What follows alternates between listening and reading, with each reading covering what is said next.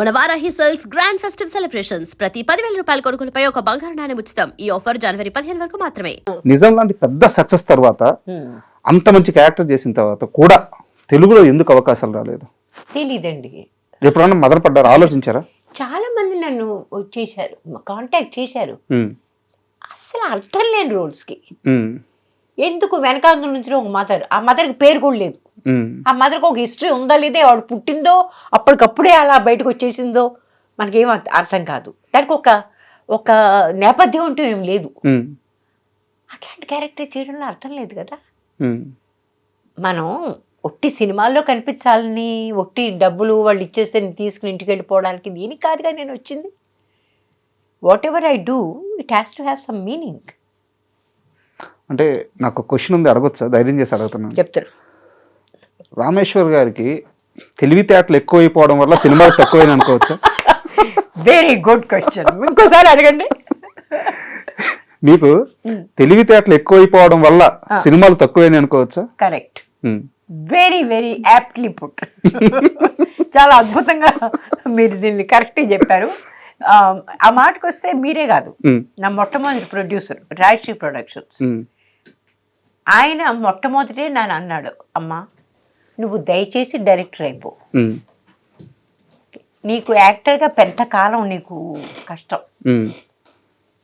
మా డైరెక్టర్ కూడా అన్నాడు, లేఖనని కూడా, తల్లి నువ్వు ఏదైనా కాస్త డైరెక్షన్ మొదలుపెట్టు, ఎందుకంటే నీ యాటిట్యూడ్తోనూ నీ ప్రశ్నలతోనూ వేగిపోయి ఎవడో నేను సినిమాలు తీసుకోరు. నేను ప్రతి దానికి అడిగేదాన్ని, లాజిక్ అడిగేదాన్ని. ఇప్పుడు ఒక సినిమాగ్రాఫ్ వచ్చిందండి ఆఫర్, 1935 అట. దానిలో కలకత్తాలో ఒక క్లబ్లో ఒక అమ్మాయి పాటలు పాడుతుందంట. ఆ క్యారెక్టర్కి నన్ను చెప్పారు. అసలు I'd love to do it. నేను అమ్మాయి ఆంగ్లో ఇండియన్, అదే కాదు మన హిందూ, నాట్ పాసిబుల్. హిందూ క్యారెక్టర్లో క్లబ్లో వెళ్ళి ఎట్లా పాట పాడలేదండి. హిందూ కానీ ముస్లిం కానీ ఆ టైంలో ఆంగ్లో ఇండియన్స్ మాత్రమే చేసేవాళ్ళు ఆ పని. ఇప్పుడు ఇది మీకు తెలియడం వల్లే కదా మీరు క్వశ్చన్ అడిగింది. నా కర్మగాలు నాకు తెలుసు కదండి. నాకు వచ్చిన గొడవ అదే. అసలు ఏమీ తెలియకపోతే ఏ బాధ లేదు. నాకు అన్ని తెలుసు, అదొక పెద్ద ప్రాబ్లం నాకు. అన్ని అని కాదు కానీ నాలో కొంచెం జిజ్ఞాస ఎక్కువ. సావిత్రి గారి సినిమా తీశారు చూసారా, సినిమా చూడలేదు నేను. మహానటి సినిమా చూడలేదు నేను, కానీ ఆవిడ గురించి మొత్తం ఇన్ఫర్మేషన్ ఇప్పటి వరకు యూట్యూబ్ లో ఎంత ఉందో, మొట్టమొదటి సినిమా నుంచి మొత్తం అంతా తెలుసు మీకు. I'm voracious about it.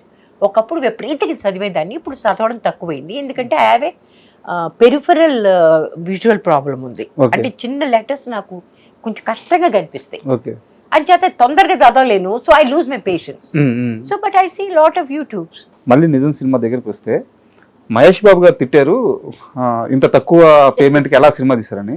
అక్కడే కాదు, ఇంకో దగ్గర కూడా మీ మీద అరిశారంట. ఏంటి మీ వాళ్ళు ఎక్కడ పడితే అక్కడ ఉంచేస్తారు, మీరు అక్కడ ఉండిపోతారు ఏంటి, మంచి హోటల్లో ఉండాలని తెలియదా మీకు అని. నాకు తెలియదు. ఆయన నిజంగానే అంటే సినిమా యాక్టర్స్ సినిమా జరిగినంతసేపు ఎలా ఉంటారు మాత్రమే కౌంట్, సినిమా తర్వాత ఎవరి లైఫ్ వాళ్ళది. నిజం సినిమా జరిగినన్ని రోజులు మహేష్ బాబు గారు నిజంగానే మీలో ఒక అమ్మని చూసుకున్నట్టున్నారు. దేర్ సర్టన్ సీక్వెన్సెస్ అది చేస్తున్నప్పుడు he really was very moved. అది స్పెషల్గా ఆటోలో కూర్చోబెట్టి అమ్మాయి జాగ్రత్తగా ఇల్లు అంటాడు చూసారా, హీ రియలీ ఫెల్ట్ ఇట్. నిజంగా తన తల్లిని ఎక్కడికో పంపించేస్తున్నట్టు ఆ రకంగా చేశాడు. And I could see his tears suddenly coming. లేకపోతే వాళ్ళకి అంత అలవాటు లేదు, గ్లిసరిన్ పెట్టుకుని చేసేవాళ్ళు జనరల్ గా వెళ్ళు.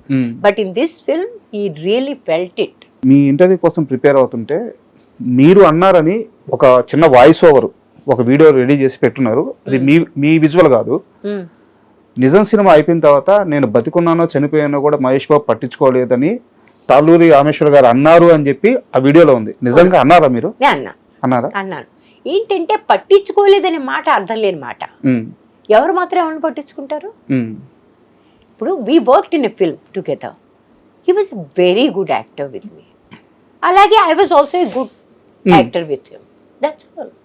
మేము పర్సనల్గా ఒకళ్ళు ఉన్నాము పోయాము అవన్నీ. Of course is a big star, అందువల్ల ఆయన ఏం చేస్తున్నాడో నాకు తెలుసు. I'm not a big star, నేను ఉన్నాను లేదో ఆయనకి ఎట్ట తెలుస్తుంది?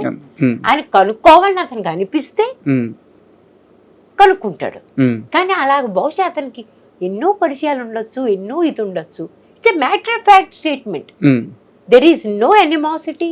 దానివల్ల నేనేమి దానిలో ఏమి నాకేమి ఒక బిటర్ ఫీలింగ్ అట్లాంటివి ఏమి లేవు. Um, um, no no no no, it's a very simple matter of fact, అంతే.